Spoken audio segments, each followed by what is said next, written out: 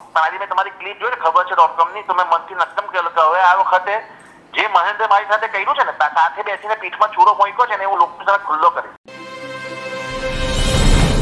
સુરતની ભાટપોર જીઆઈડીસીમાં નાયબ કાર્યપાલક ઇજનેર પરિમલ પટેલની 50,000 રૂપિયાની લાંચ કેસમાં ધરપકડ કરી પછી આ મુદ્દે જીઆઈડીસીની અંદર ભારે હંગામો મચેલો છે. અમે મહેન્દ્ર રામોલિયા જે ઉદ્યોગકાર છે એમની સાથે વાત કરી ત્યારે એમણે સચિન જીઆઈડીસી નોટિફાઈડ એરિયાના ચેરમેન મિતુલ મહેતા વિશે ઘણા બધા આક્ષેપો કર્યા. અમારું ખબર છે .comનો અમારી એક ઇમેજ એવી છે કે અમે ઇથિકલ જર્નાલિઝમમાં માનીએ છીએ અને અમે કોઈની પર પર્સનલ ટાર્ગેટ નથી કરતા. એટલે અમારું માનવું છે કે અમે જે આક્ષેપ મહેન્દ્ર રામોલિયાએ મિતુલ મહેતા પર સામે કર્યા, તો મિતુલ મહેતાનો પક્ષ પણ જાણવો જોઈએ. તો મિતુલ મહેતા સાથે વાત કરીશું કે મહેન્દ્ર રામોલિયાએ જે આક્ષેપો કર્યા એમના વિશે એમનું શું કહેવું છે. હલો મિતુલભાઈ. મિતુલભાઈ, ખબર છે .comમાં તમારું સ્વાગત છે. મારું નામ રાજેશ શાહ છે. સચિન જીઆઈડીસીના ઉદ્યોગકાર મહેન્દ્રભાઈ રામોલિયા, કે જેમને મહેન્દ્ર દાઢી તરીકે ઓળખવામાં આવે છે, એમણે તમારા વિશે ઘણા બધા આરોપો મૂક્યા છે કે તમે યુરિયા ચોરીમાં તમે વોન્ટેડ હતા, કે તમે 2015-16માં કંઈ પાણી ચોરી પણ હતી, અને ઘણા બધા કૌભાંડો વિશે એમણે વાત કરી છે. તો મેં ક્લિપ સાંભળી છે. જી જી જી. તો ખબર છે .comનું અમારું એક એવું સ્ટાન્ડર્ડ છે કે અમે કોઈની પણ આરોપ લાગ્યો હોય તો સામેવાળાનું પણ અમે એનું પણ સ્ટેન્ડ જાણવાની કોશિશ કરીએ છીએ. તો તમારું શું કહેવું છે એના વિશે મેં તમને ફોન કર્યો છે. પહેલા તો રાજેશભાઈ એવું કહું કે મહેન્દ્ર રામોલિયા જે વ્યક્તિએ કોઈની પર આરોપ મૂકવો ને, જી, એ હાસ્યાસ્પદ વાત છે. બરાબર. કારણ કે જે માણસ આરોપ અને કૌભાંડીઓની છબીમાં ભૂંડી હાર મેળવી ચૂકેલો વ્યક્તિ હોય, બરાબર, અને અત્યારે કોઈની પર આરોપ મૂકે એ ખૂબ જ શરમજનક અને હાસ્યાસ્પદ વાત છે. જી જી, બરાબર. તો હું તો એમ કહું કે સૂરજ પર અને ચાંદ પર કીચડ ઉછળવા જાય તો એના માથા પર ને મોઢા પર જ આવે, નક્કી છે. બરાબર. અને આગળ કહું તો હવે પહેલી વસ્તુ હતો પાણી ચોરીની વાત. રાઈટ. હું કમિટી મેમ્બર હતો સોસાયટીમાં અને મહેન્દ્રભાઈ અમારી કમિટીમાં હતા ત્યારે. રાઈટ. અમે ચૂંટણી જીતા ને તો લોકોને મહેન્દ્રભાઈ નામથી વોટ આપવાની ડરતા હતા લોકો. અચ્છા. અમે લોકોને વિશ્વાસ અપાયો કે મહેન્દ્રને અમે કંટ્રોલ કરશું અને કામ કરશું, એવો વિશ્વાસ અપાવીને અમે જીત મેળવી અને સત્તા પર આવ્યા. બરાબર. મારી મિલમાં પ્રોડક્શન વધ્યું એટલે મને પાણીની ડિમાન્ડ હતી. મારે ત્યાં 3 ઇંચની પાણી લાઈન હતી, લીગલ 3 ઇંચની. બરાબર. મારે એને 4 ઇંચની કરવાની હતી. હવે મહેન્દ્રભાઈને એવું કહ્યું કે આપણે લીગલ ત્યારે છે ને AK પટેલ સાહેબ, તમને યાદ છે જો એ સાહેબનું નામ, અધિકારી. બરાબર. મેં કીધું આપણે એમને ભલામણથી આપણે 3 ઇંચની કે 4 ઇંચ કરવા, જે લીગલ ડિપોઝિટ થાય તો હું ભરવા તૈયાર છું. બરાબર. આ વાત કર્યા પછી મહેન્દ્રભાઈ બીજે દિવસે મારી પાસે આવ્યા, મને કહે કે સાહેબને 50,000નો વ્યવહાર કરવો પડશે. બરાબર. મહેન્દ્ર રામોલિયાને ટેબલ પર, હું ભલે કમિટી મેમ્બર હતો તે છતાં પણ મેં 50,000 રૂપિયા મારી પાસે લઈ ગયા એ ભાઈ. બરાબર. અને મેં એને એમ કીધું કે મને તો 50,000 ભલે આપ કોઈને પણ મને 3 ઇંચથી 4 ઇંચનું કનેક્શન લીગલ કરવાનું છે બુક્સ પર. બરાબર. એ મને કે થઈ જશે એમ કરીને ચાલ્યા ગયા. બીજું બિલ આવ્યું બીજા મહિને તો 3 ઇંચ જ લખાઈને આવ્યું, 4 ઇંચ લખાઈને નહીં આવ્યું. બરાબર. કનેક્શન સારી તો થઈ ગયું. ઓકે. મીટર લાગેલો તો જીઆઈડીસી નો છે. રાઈટ.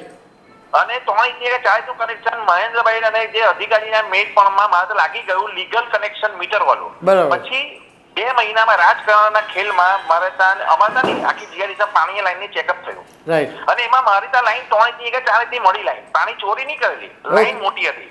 અને મેં મહેન્દ્રભાઈને લીગલ કરવા માટે કહેલું હતું, પણ એ ભાઈ પોતાનો ખિસ્સો ભરી ગયા, મારા ત્યાં આવીને 50,000 લઈ ગયા. ઓકે.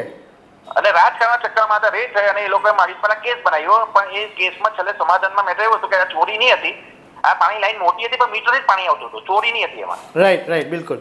નંબર 1 જવાબ, આ વ્યક્તિની સાથે રહીને બી અમને ફસાઈ દીધેલા વ્યક્તિએ. બરાબર બરાબર. હવે બીજો આરોપ યુરિયા. રાઈટ.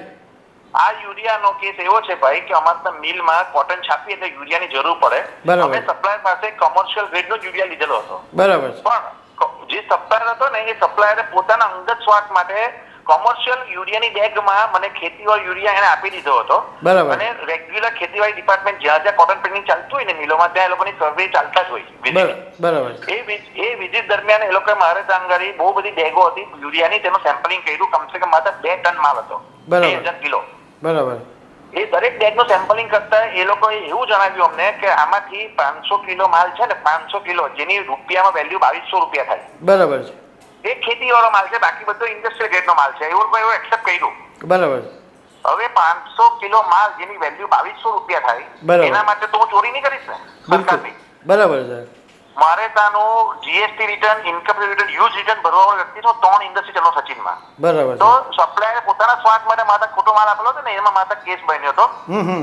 હવે આ જે કેસ બને યુરિયાનો, તેનું પોલીસ સાથે જામીન થઈ જાય. આખા ગુજરાત રાજ્યમાં નિયમ છે. બરાબર. અને ઘણી બધી જગ્યાએ યુરિયાના કેસ બન્યા આખા ગુજરાત રાજ્યમાં, તો પોલીસ સાથે જામીન થઈ ગયા. પણ આ મહેન્દ્રએ ઇલેક્શન સામે હતું અને એને મારા નામથી ઇલેક્શનની ડર હતો કે મિતુલભાઈ તો ચૂંટણીમાં ઉભો રહી તો હું હારી જાઉં, એ ડરથી એને ઉપર બધું નેટવર્ક ગોઠવું અને મારે ત્યાં જે ગુનો અજાણતા જે ગુનો થયો હતો, અજાણતા ને ગુનોને બહુ મોટો બનાવી દીધો. એ કેસ ક્રાઇમ બ્રાન્ચમાં રિપોર્ટ થઈ ગયો અને ત્યાંથી એ લોકોએ એવી ગેમ ગોઠવી કે મિતુલભાઈ ઇલેક્શનમાં નહીં ચૂંટણી લડી શકે. બરાબર.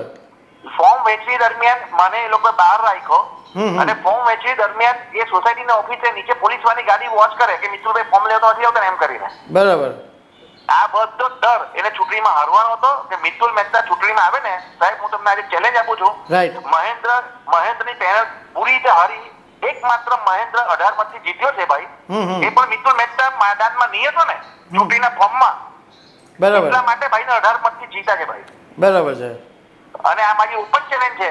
આવતા 3 વર્ષ પછી ઇલેક્શન છે પાછું. બરાબર. મહેન્દ્રભાઈને જેટલું જોર લગાવી દે.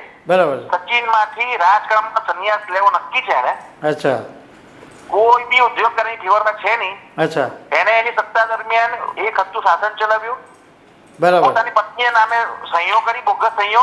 બરાબર. અમારી બોગસ સહીઓ કરી છે, એનો કેસ અમે દાખલ કરેલો છે. બરાબર છે.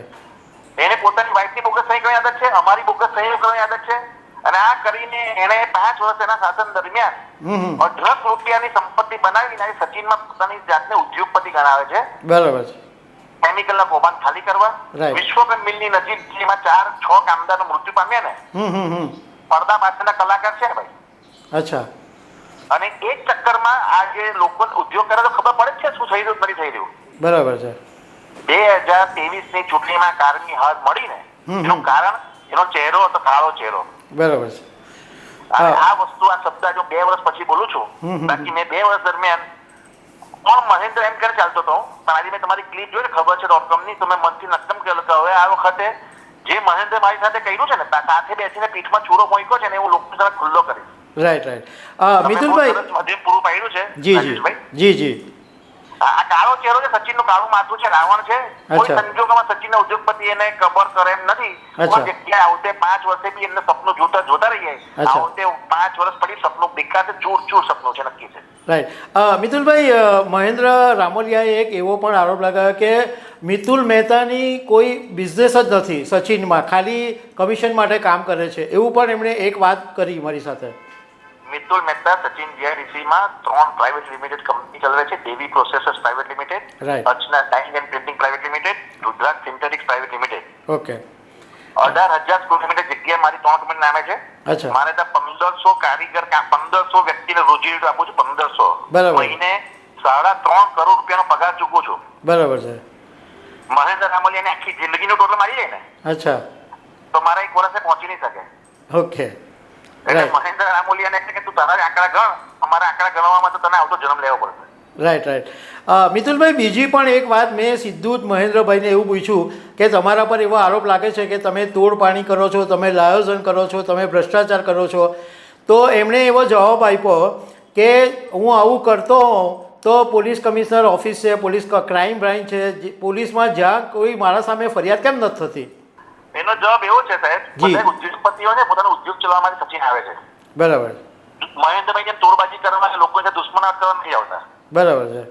એટલે કોઈ પણ ઉદ્યોગપતિ જયારે ઉદ્યોગ ચલાવવા માટે મક્કમ હોય ને ત્યારે આવા ફાલતુ વ્યક્તિ સાથે દુશ્મનાટ લેતો નથી હોતો જનરલી. બરાબર. હવે જે ખંડણી પ્રકરણ તમને કહી દઉં, જે ખંડણી પ્રકરણ અમે ચલાવ્યું 4-5 મહિના પહેલા ફેબ્રુઆરી મહિનામાં, પેલું જીપી, એમાં જે સ્કેમ થયો, જે કેમેરા મૂકીને ડિટેક્ટિવને એ લોકો પૈસા આપતા પકડાયા જી, એ આરોપીઓ એ મહેન્દ્રભાઈના જૂના ભાગીદાર હતા. અચ્છા. હા, એ લોકોની તોડબાજી કરવાની. મહેન્દ્રભાઈ લાઈન બતાવે કે આ લાઈનમાં તું ફોટા પાડ. અચ્છા. પછી ફોટા પાડીને પેલી ઇન્ડસ્ટ્રી બ્લેકમેલ કરે. અચ્છા. એટલે પેલી ઇન્ડસ્ટ્રી વાળાને ખબર છે કે આનો તોડ કોણ કરે કે મહેન્દ્ર, એટલે મહેન્દ્રને બોલાવે. પછી સેટલમેન્ટ થાય. અચ્છા. અને જે પૈસા ખંડણીખોરને મળે તેમાં મહેન્દ્રભાઈ પોતાનો હિસ્સો લઈને છૂટા પડતા હતા. ઓકે, તો મિતુલભાઈ આ તમે પેલું પડીને એમાં દુશ્મન ઊભી થઈ અને દુશ્મનના ભાગરૂપે આ કામ કરવામાં આવ્યું છે. જી જી, જીપીસીબીનું પેલું જે પાણીનો ઇસ્યુ હતો ને એની અંદર જે હમણાં મહેન્દ્રભાઈ બધું કોઈને પકડાવેલા એ ઇસ્યુની વાત કરો છો? હા, એ જ ઇસ્યુની વાત કરું છું. એ કામ તો બરાબર હતું કારણ કે અમારી મોટી મોટી ઇન્ડસ્ટ્રીને ખંડણીખોર હેરાન કરતા હતા. પણ આ ખંડણીખોરને મોટા બનાવવા જ મહેન્દ્ર છે. બરાબર છે. એ લોકોને ભૂતકાળ સમજ નહીં હતી, પણ પેલા કેવા અસામાજિક તત્વો હતા ને એને મહેન્દ્ર નાઈન બતાવી, એને રસ્તો બતાવ્યો, એના નામે કમ્પ્લેન કરાવી, ભાગ બતાવી કરીને મોટા બનાવ્યા એ લોકોને. બરાબર. અને હવે સાહુકારી કરવાનો સમય આવ્યો. અચ્છા. હા, એટલે પેલો લૂંટારો હતો, વાલીઓ લૂંટારો તે વાલ્મીકી બની ગયો. અચ્છા. હા, એટલે વાલ્મીકી બન્યા ભાઈ અત્યારે વાલી લૂંટારો માટે. Okay okay મિતુલભાઈ, thank you very much. ખબર છે .com પર વાળો. Thank you very much sir. Okay, thank you sir. તો દર્શક મિત્રો, આ જે મહેન્દ્ર રામોલિયાએ જે આક્ષેપો કર્યા હતા એનો આ મિતુલ મહેતાએ જવાબ આપ્યા છે. હવે તમારે નક્કી કરી લેવાનું કે એમાં સાચું કોણ ખોટું કોણ છે. તો દર્શક મિત્રો, આવા અનેક અપડેટની સાથે અમે તમને મળતા રહીશું. Thank you very much.